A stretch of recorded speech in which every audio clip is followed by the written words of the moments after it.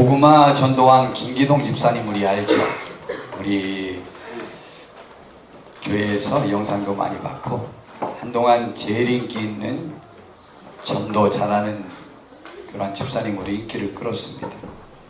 그분이 지금은 이제 목사님이 되어서 또 목회 아주 잘하고 계시는데요. 그분의 전도 일화 중에 하나가 그분이 해군사관학교 다닐 때 생도회장이었고 그리고 그때 해군사관학교 교장 선생님이었던 분을 이제 그분도 예편했고 이제 이분도 제대한 다음에 예수님 믿고 그분을 전도하게 되었답니다. 같은 과천에 사시더래요. 그래서 전도하게 되는데 끝까지 안 믿으셨는데 아주 그 김기동 집사님 만나기만 하면 너 이제 다시 나한테 오지 마. 너 안 만날 거야 하고 막 소리 지르고 아주 뭐 싫다 그래서 그렇게 했는데 어느 날 전화가 왔더랍니다. 나 좀 살려달라고. 내용인즉슨 거기 문암동역 저 있는데 남자도 없고 딸만 외동딸 하나가 있는데 그 딸이 대전에 사는데 이혼 위기에 놓였고 지금 아무도 둘이 전혀 대화도 안 하고 뭐 지금 뭐 별건가 뭔가 하여튼 그런 위기에 처해 있답니다. 그런데 그 예편한 그 장군님은 그 자기들의 삶이 제일 자기에게 있어서 중요한 거예요. 삶의 전체였어요. 전화가 와가지고 그 사정 이야기를 해서 알겠다고 내가 대전에 내려가 보겠다고. 그래서 대전에 내려가서 그 사위를 설득해서 데려갔다. 과천에 와서 띵동 하고 문을 열고 들어가는 순간 그 아주 도도했던 그 장군님이 막 펄펄 뛰면서 아이고 나는 살았네 나는 살았네 나는 살았네 그러면서 그렇게 기뻐하다. 그 장군님에게 있어서는 자기 딸의 안정된 삶이 자랑거리요 영광이요 자기 체면의 전체로 이제는 생각이 되었던 것이죠. 성도 여러분, 여러분에게 있어서 여러분을 여러분 되게 만들고 여러분이 자신 있게 만들고 여러분이 영광스러워지게 되는 데 있어서 여러분에게 보탬이 되는 것들 혹은 그렇게 되는 것들이 뭐라고 생각합니까? 여러분의 배우자, 여러분의 자녀, 여러분의 지식, 여러분의 권력, 요즘 물질이 제일 영향력이 있으니까 물질 혹은 건강, 외모 무엇이 우리들에게 있어서 나의 힘이 되고 자랑거리가 되고 영광이 되고 그로 인해서 내 삶에 염려가 없고 남 앞에서 큰 소리 칠 수 있는 것들이 될 수 있겠습니까? 오늘 본문에서 다윗 왕은 이렇게 고백을 합니다. 나의 구원과 영광이 하나님께 있으며 나의 구원도 하나님께 있는 거죠. 그리고 영광도 하나님께 있고 그 다음에 내 힘의 근본 반석 그것도 하나님께 있고 그리고 하나님이 본인의 피난처가 된다고 그렇게 고백을 했습니다. 이 말씀의 출처가 시편 62편인데 이 시편 62편이 어떤 상황 때에 다윗 왕이 기록한 건지에 관해서 이곳 시편에서 명시되어 있지 않아요. 그래가지고 그냥 다른 사람들이 이렇게 추측을 할 때 학자들이 추측을 할 때 자기 아들 압살롬의 반란 때 쓴 기록이라고 생각하고 있습니다. 자기 아들 압살롬이 왜 반란을 일으켰냐면요. 태자가 암논이었고 그 다음에 둘째가 압살롬이었어요. 그런데 압살롬은 암논과 어머니가 달라요. 그런데 암논이요. 압살롬의 친누이 동생인 다말을 겁탈을 했어요. 근데 그때 아버지인 다윗 왕이 적절히 대처하지 않았다고 생각돼가지고 아주 속상한 마음이 있었어요. 그래가지고 결국은 자기 형 암논을 죽여버리고 맙니다. 그리고는 해외로 도피를 해요. 그러나 3년 만에 다윗 왕이 압살롬을 보고 싶어 해서 돌아오라고 해서 돌아왔습니다. 그런데 그 압살롬이 다시 이스라엘로 돌아오고 난 다음에 5년 동안에 한 일이, 돌아오자마자 한 일이 무엇이었냐면요, 궁궐로 들어가는 그 앞길에 서 있었습니다. 근데 그 압살롬은 성경에 이스라엘 전체 중에서 가장 외모가 뛰어난 사람이라고 그랬습니다.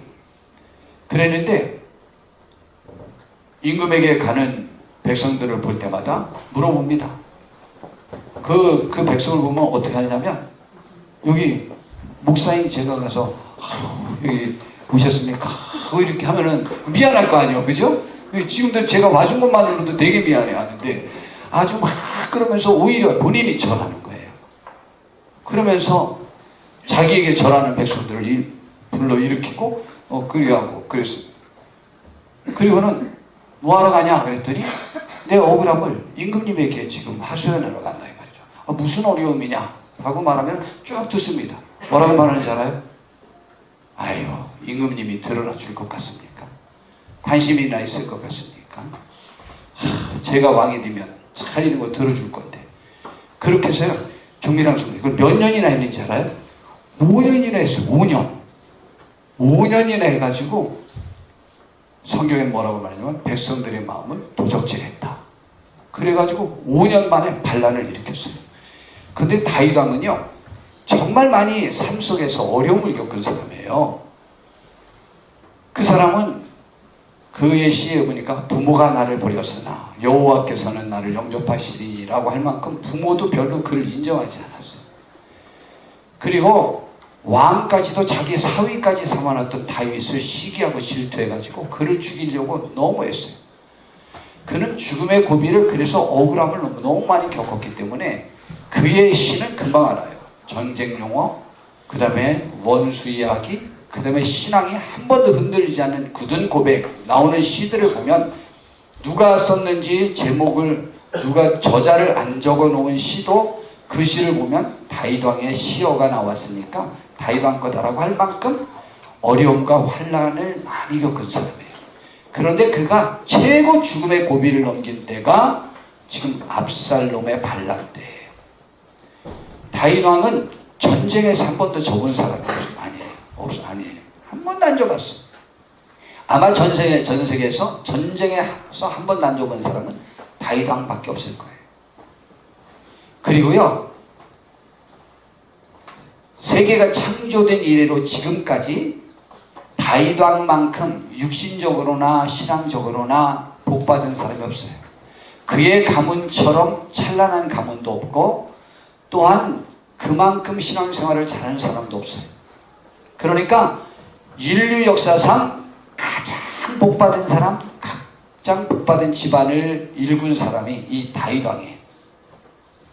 그렇게 복받은 사람, 그렇게 신앙이 뛰어난 사람, 그렇게 어려움을 많이 겪었던 사람이 이때 그 압살롬이 반란을 일으켰을 때 지금 상황으로서는 이제 내 힘으로는 안 된다, 죽었다, 이렇게 판단하죠. 그때 그가 하나님 앞에 기도한 내용들을 그때 상황에서 보면은요, 너무 간절히 기도합니다. 그런데 그가 그 배경을 두고 이것을 썼을 거라고 생각하는데, 그 배경이었든 아니었든 다윗 왕은 위기의 때 이런 고백을 합니다. 1절부터 보니까 이렇게 말합니다. 나의 영혼이 잠잠히 하나님만 바라며 나의 구원이 그에게서 나오는도다. 이곳 시편이 12절까지 있는데 그 중에 독특한 표현, 단어가 나오는 게 6개나 나오는데요. 나의 영혼이 잠잠히 하나님만이라는 단어. 만이라는 거는 다만, 오직 하나뿐인 것, 다른 건 없고 이것만이라는 뜻입니다. 다윗 왕은요, 어떠한 순간에서라도 그의 영혼은 잠잠히 하나님만 바랍니다. 너무 호들갑스럽지 않아요. 지금은 나와 우리의 힘으로는 저 반란 세력인 내 아들의 반란군을 이길 상황이 우리에게선 전혀 없다 라고 판단합니다. 다윗 왕이요, 실제로요. 지금은 못 이긴다. 하나님이 이 상황을 없지 않는 한 못 이긴다 라고 판단했어요.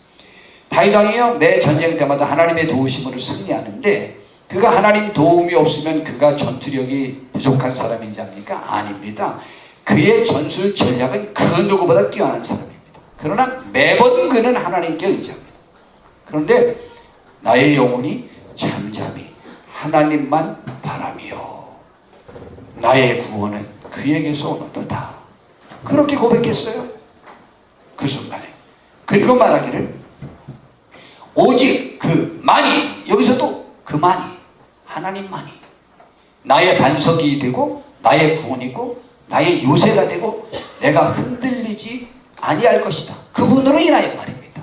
나의 능력, 나의 요새, 나의 반석, 그런 것들로 인하여 내가 흔들리지 않는 게 아니고 그분만이 나의 반석 자체가 되고 나의 요새 자체가 되고 나의 구원 자체가 되고, 그리고 또 넘어지는 담과 흔들리는 울타리 같이 사람을 죽이려고 너희가 일제히 공격하기를 언제까지 하려느냐. 이 말이 이제 번역이 조금 어려운데 이 말 뜻은 이런 뜻이에요. 공동번역에서는 넘어지는 담과 흔들리는 울타리 같이 사람을 죽이려고 너희가 일제히 공격하기를 언제까지 하려느냐. 이 말은 무슨 말이냐면 다윗 왕을 공격하려고 반란 세력에 껴서 압살롬 자기 아들과 반란 세력이 자기를 죽이려고 일제히 공격을 하는데 내가 볼 때 너희는 넘어지는 담과 흔들리는 울타리 같다. 너희가 넘어질 건 생각하지 못하고 지금 너희 세력을 보고 나를 죽일 수 있다, 이길 수 있다고 생각하고 일제히 공격하기를 언제까지 하겠느냐라는 거예요. 내가 볼 때 다윗 왕의 확신이에요. 너희들은 곧 무너진다. 상황으로 봐서는 내가 위기에 처했지만 너희들이 무너진다. 언제까지 그리려느냐? 그들이 그의 높은 자리에서 넘어뜨리기만 꾀하고 거짓을 즐겨하니 입으로는 축복이요 속으로는 저주를 했던 그 너희 무리들아, 너희들은 곧 이제 무너질 것이라고 이렇게 말합니다. 그러면서 5절에도 이어서 말합니다. 나의 영혼아 잠잠히 하나님만 바라라. 1절에 반복기인데 똑같아요. 바라라. 그런데 무릇 나의 소망이 그로부터 나오는도다. 처음에는 구원이라고 그랬어요. 구원이라는 말이 더 위급할 때 나오는 표현일 수 있겠죠. 그런데 소망은 그 위급한 것이 해결되어서 소망이 생겼을 때의 표현일 수 있어요. 이건 더 평안한 마음이죠. 지금 5절까지 써내려오면서 더 평안이 생긴 거죠. 나의 영혼아 잠잠히 하나님만 바라라. 물론 나의 소망은 그로부터 나온다. 하나님만 또 말합니다. 그리고 오직 그만이 또 말하죠. 2절에 또 반복이죠. 나의 반석이시여 나의 구원이시여 나의 요새시니 내가 흔들리지 아니할 것이다. 그러므로 이제 뭐가 이제 확신이 되는 거냐. 오늘 본문이죠. 그러므로 나의 구원과 영광이 하나님께 있으며 나의 구원과 영광이 나의 자녀, 나의 물질, 나의 재능, 지식, 권력, 관계성에 있지 않고 나의 정보력에도 있지 아니하고 나의 구원과 영광은 하나님께 있도다. 나의 영광을 책임질 자도 하나님이요 하나님 자체가 나에겐 영광이요 구원이다. 그 하나님께 있으며 내 힘의 반석과 피난처도, 힘의 반석이라는 것은 내 힘의 근원도 하나님께 있고 피난처도 하나님께 있도다. 우리 한번 아멘 해보십시다. 아멘. 이 신앙이 우리들을 이끄셔야만 합니다.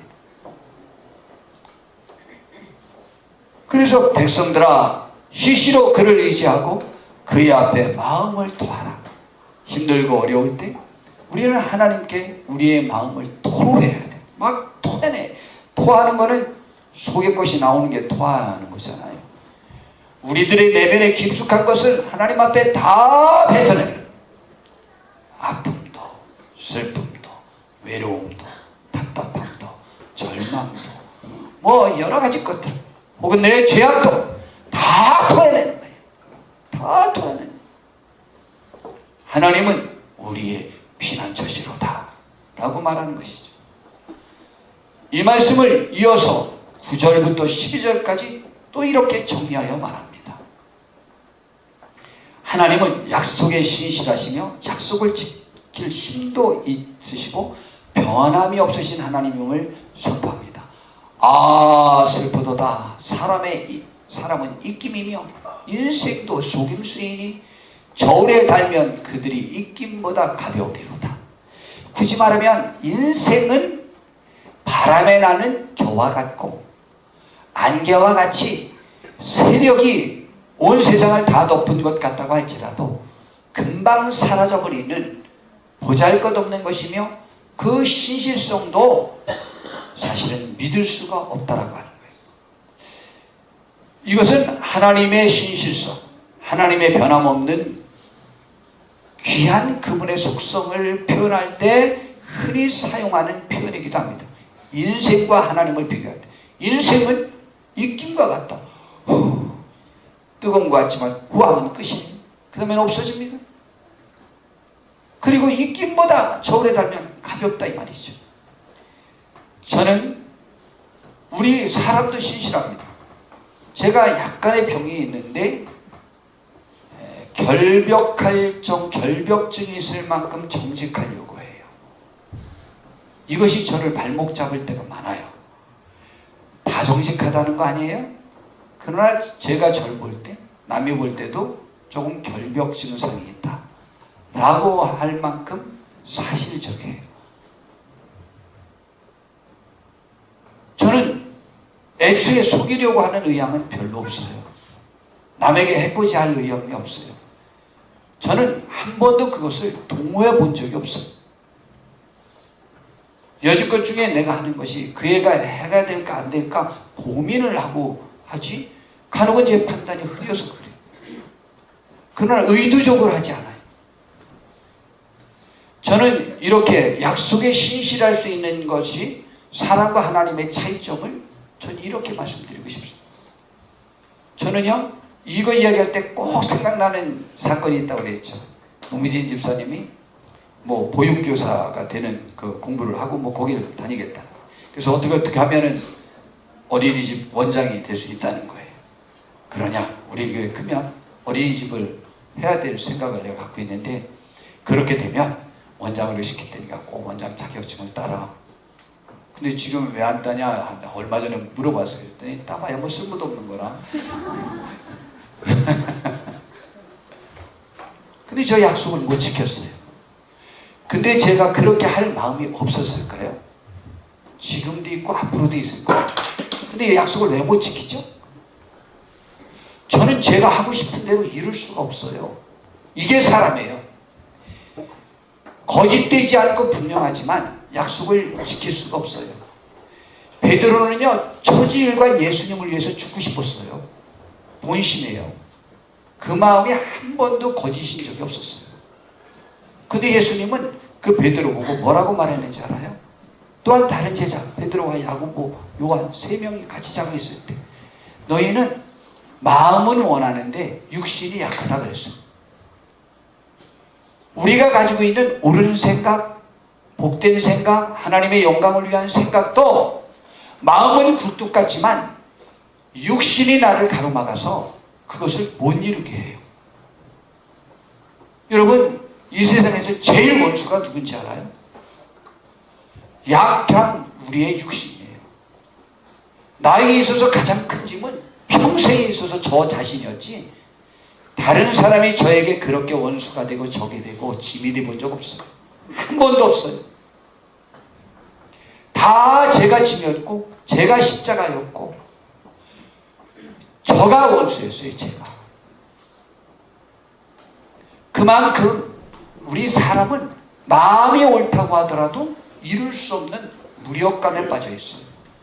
여러 가지 이유 때문인데 사람의 수명은 단명해요. 영원히 살지 못해요. 그리고 내가 쥐고 있는 것을 영원히 쥐고 있을 수도 없어요. 내 건강도 영원히 장담할 수 없고 물질도 자녀도 나와 관계된 모든 것들이 세상의 것을 다 변해버려요. 그러나 하나님만은 여전히 거기 계시고 여전히 능력이 있으시고 여전히 이룰 힘이 있으시고 여전히 그 약속을 변치 않으셔요. 다윗왕은 그걸 아는 거예요. 아, 슬프도다 사람의 입김이요. 그 사람의 입김은 슬픈 거예요. 그들이 수많은 무리로 지금 다윗왕을 충분히 이길 세력으로 다윗왕이 판단해도 이거는 안 돼요. 이번만은. 그런데도 불구하고 사람들이 그것에 의지해서는 안 된다는 거죠. 그걸 다윗왕은 너무 잘 알고 있는 거예요. 영원하고 신실한 걸 이행할 수 있는 분은 하나님밖에 없어요. 우리들의 자녀들에게 우리가 잘하고 싶지 않은 사람 어디 있어요? 부모님께 잘하고 싶지 않은 사람 어디 있어요? 제가 보기엔 배우자에게도 잘 안 하고 싶은 사람은 못 만났어요. 그런데 잘못하게 되는 거예요. 약하니까.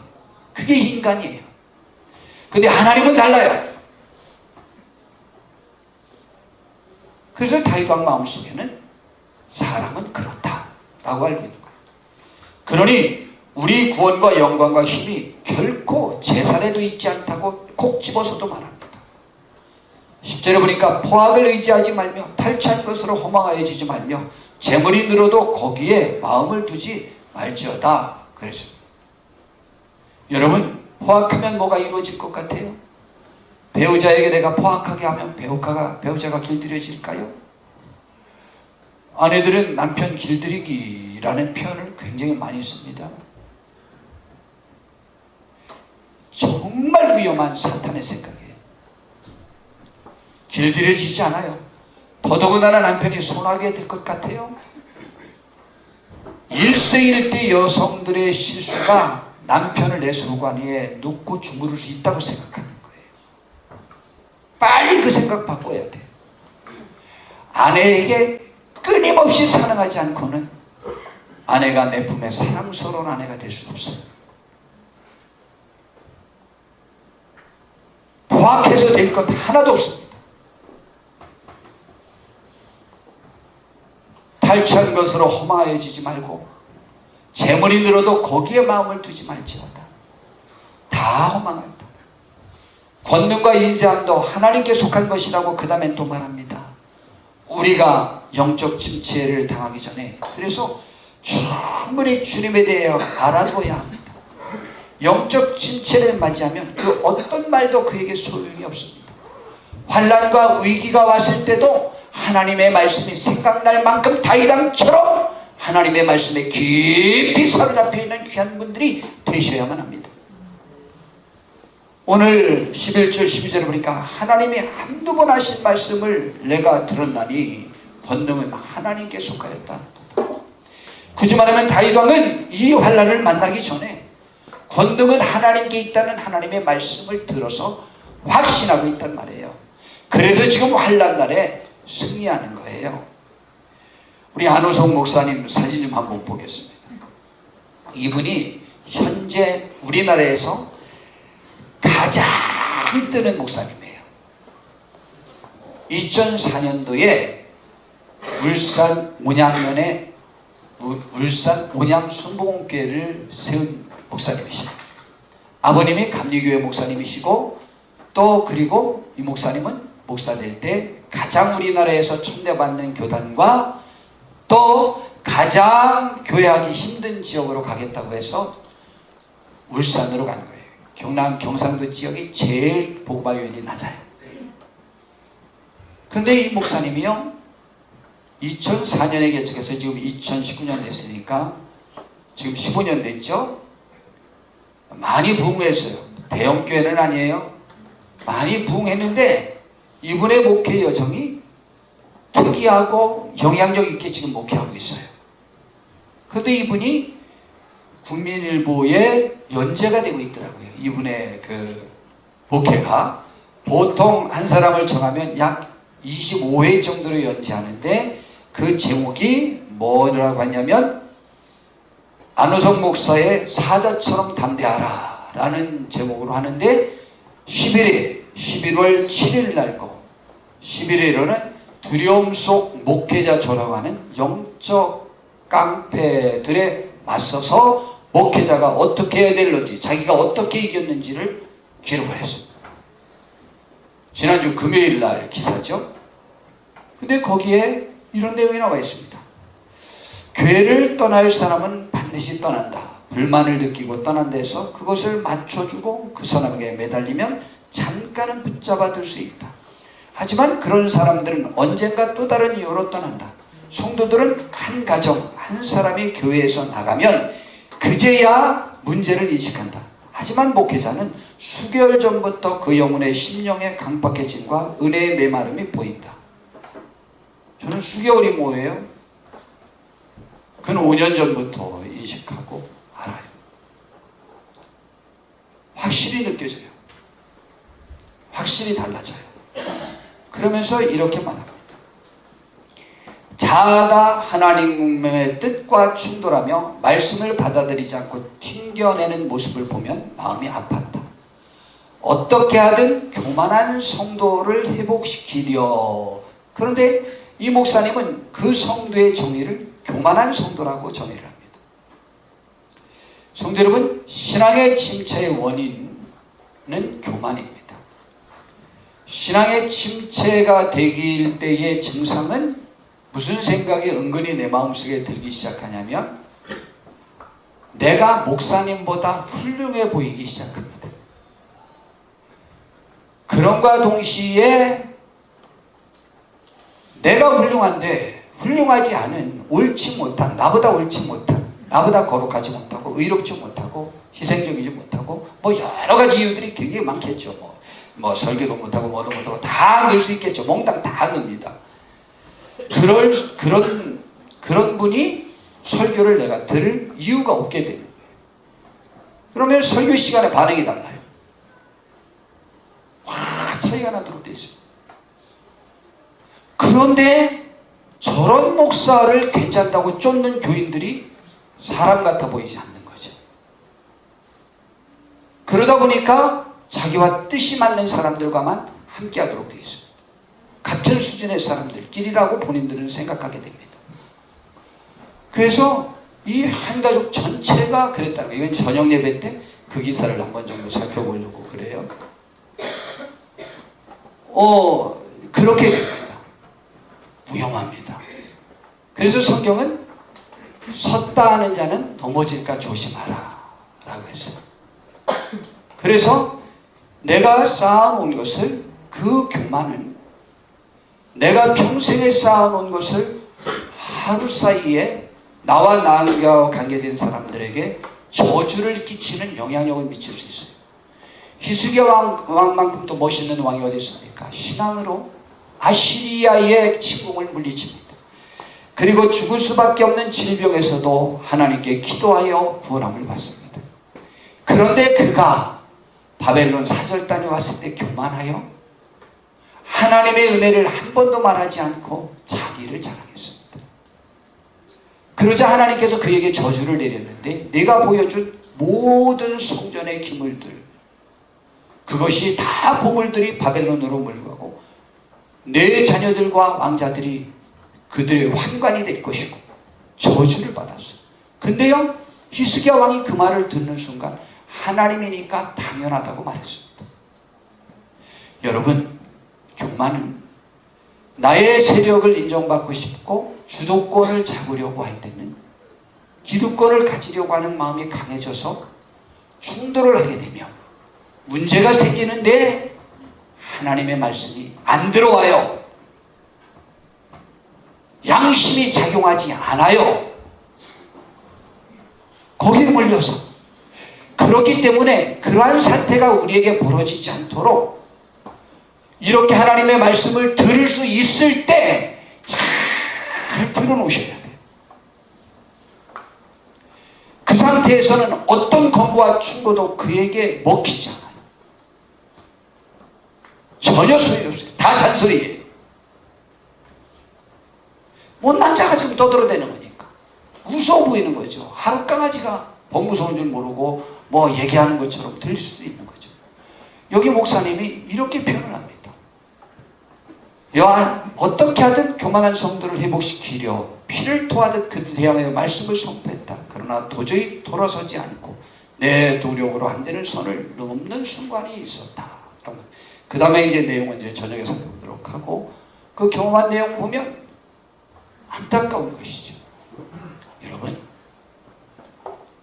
제가 우리 교회 요즘 목회를 하면서 굉장히 힘을 얻는 것 중에 하나가 이것이라고 했죠. 어쨌거나 우리 청년 성경 공부 출신들, 열심히 했던 그 출신들이 결혼을 했는데, 정말 놀라운 사실은 그들에게 위기가 없었던 것은 아닌데 하나같이 위기를 넘기고 아름답게 살고 있어. 요즘은요, 대한민국에 교회 안 다니는 다른 여자들에게 남편에게 순종해야 된다 한마디 해봐요, 그건 개만도 못한 미친 인간 됩니다. 말이 씨가 먹힐 것 같아요? 전혀 안 먹힙니다. 그런 시대에 살고 있어요. 교회만이 그 말을 전해요.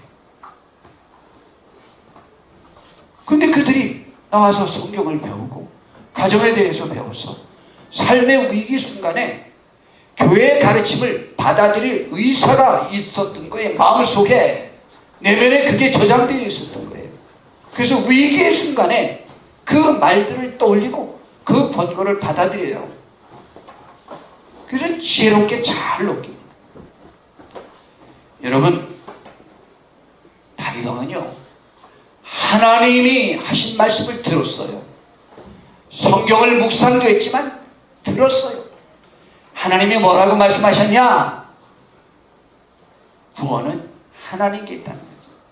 하나님이 힘이라고 하나님이 말씀하셨다는 거예요. 그래서 그 말씀을 굳게 믿고 지금도 산다는 거예요. 그것을 내가 지금 기억한다는 거예요. 기억할 말씀을 가질 수 있고 하나님과 밀접하게 관계함으로 인하여 여러분의 양심이 언제나 작용할 수 있도록 힘쓰셔야 해요. 그래야만 승리합니다. 그리고 이어 말하기를, 주의 인자함은 주께 속하오니 주께서 각 사람이 행한 대로 갚으시매니이다 라고 말씀했어요. 여러분, 우리도 인자하고 싶어요. 우리도 너그럽고 싶어요. 착하고 싶어요. 근데 그러지 못할 때가 많아요. 그러나 인자함은 하나님께 있어요. 여러분, 다윗왕은 하나님의 인자하심이 자기에게 따랐다고 말합니다. 세계에서 제일 유명한 시가 다윗왕이 쓴 시편 23편이라고 그랬죠. 그 마지막에 뭐라고 말합니까? 주의 선하심과 인자하심이 정녕 나를 따르리니 내가 여호와의 집에 영원히 거하게 될 것이라고 그가 고백합니다. 내가 이렇게 잘했으니 하나님이 나를 그렇게 거하게 해주실 거야 라고 말하지 않아요. 이 세상에서 하나님의 말씀대로 가장 잘 사는 사람 중에 한 사람이 다윗왕이에요. 그런데 하나님은 내가 잘 살아서 그렇게 하게 한 것이 아니고 하나님이 너그럽고 착하셔서 나를 받아주셨지, 내가 잘난 게 있어서 받아준 게 아니라는 거예요. 그게 신앙이에요. 여러분, 이 마음이 넘어서 교만해지면요, 내가 평생 쌓아놓은 것이 물거품이 돼요. 조심하셔야 돼요. 인자함은 하나님께서요, 그래서 우리는 영원히 구할 수 있어요. 그분이 우리를 실어버리지 아니할 거예요. 행한 대로 갚을 거래요. 그러면서도 또 고백하죠. 인자함인데 행한 대로 갚아주는 것만으로도 감사한 거지, 우리가 행했는데 거두지 못하는 것들이 얼마나 많은데요. 이번에 이종환 선교사님이 오셔서 금요일날 말씀을 전해주셨어요. 참 신기하죠. 목사님들 오셔서 말씀 전하고. 저는 본래 어떤 목사님이 오셔도 우리 교회 상황에 관해서 말씀 안 드립니다. 어떠한 상황도 잘하는 건 제가 딱 칭찬합니다. 그리고 그날 예배 인원이 몇 명 정도 될 것인지에 관하여만 전 말씀드립니다. 그리고 구성원이 대체적으로 이렇다라고만 말씀드리지, 뭐 우리 교회가 어떻고 지금 뭐가 어렵고 한 번도 말해본 적이 없어요. 더더군다나 이번에 이종환 목사님 오실 때는요, 저나 제 아내가 나갈 틈도 없었어요. 저는 우리 남성교회 모임이 있어서 식사 대접하러 저녁 식사하러 못 갔어요. 우리 김웅래 집사님이 나가서 대접하고 왔습니다. 뭐 한마디도 안 했어요. 저희 교회예요. 근데 정말 신기한데 우리 교회에 딱 맞는 상황을 어쩜 그렇게 말씀을 전하셨는지 몰라요. 민수기 14장을 본문으로 해서 이스라엘 백성들이 가나안 땅 정탐하고 와서 불평했잖아요. 그때 불평한 주 내용이 우리가 애굽에서부터 안 나온다고 그랬지 않냐? 거기서 살게 두지 왜 우리를 끌고 나와서 광야에서 죽이려고 하더니 광야에서 죽었던 사람처럼 또 우리도 죽었으면 좋았을 것을 왜 여기 가나안 문턱까지 와서 여기서 죽이려고 하느냐? 우리는 애굽으로 돌아가려다. 그러니 한 장관을 세워서 애굽으로 돌아가라. 우리와 우리 자녀들은 어떻게 하겠느냐? 우리는 여기서 죽는 게 낫다. 돌아가는 게 낫다. 그리고 돌아가지 말자라고 외치는 여호수아와 갈렙을 죽이려고 하고 모세와 아론을 죽이려고 했습니다. 하나님이 개입 안 하셨으면 그 4명 죽었을 거예요. 하나님이 그때 말씀하셨어요. 내가 너희들이 한 말을 다 들었다.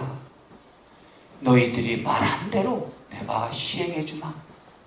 가나안 들여보내지 않고 너희들이 소원한 대로 광야에서 다 죽여주마.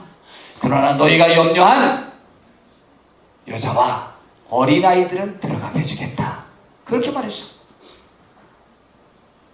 여러분, 우리의 말로 너무 많은 저주를 쌓아놓으면 안 돼요. 내 인생을 얼마나 저주했습니까? 나와 관계된 사람들을 얼마나 저주했습니까? 얼마나 원망했습니까? 그대로 갚아줍니다. 그랬어요. 하나님은 행한 대로 갚은 거예요. 행하는 대로 갚아주시는 하나님이에요. 우리의 입술이 주님께 감사하세요. 나와 관계된 사람들을 원망할 대상이 그리 많지 않아요. 아니, 아예 없어요. 실제 원망할 대상은 나 자신이에요. 그러나 나 자신도 너무 원망하지 마세요. 나의 약함을 하나님께 토로하세요. 나 자신을 너무 원망하는 것도 나를 지으신 여호와 하나님을 원망하는 거예요. 원망하지 마세요. 우리의 입술로 뱉어놓은 것을 우리가 거둘 겁니다. 행한 대로 갚아주겠다고 했어요.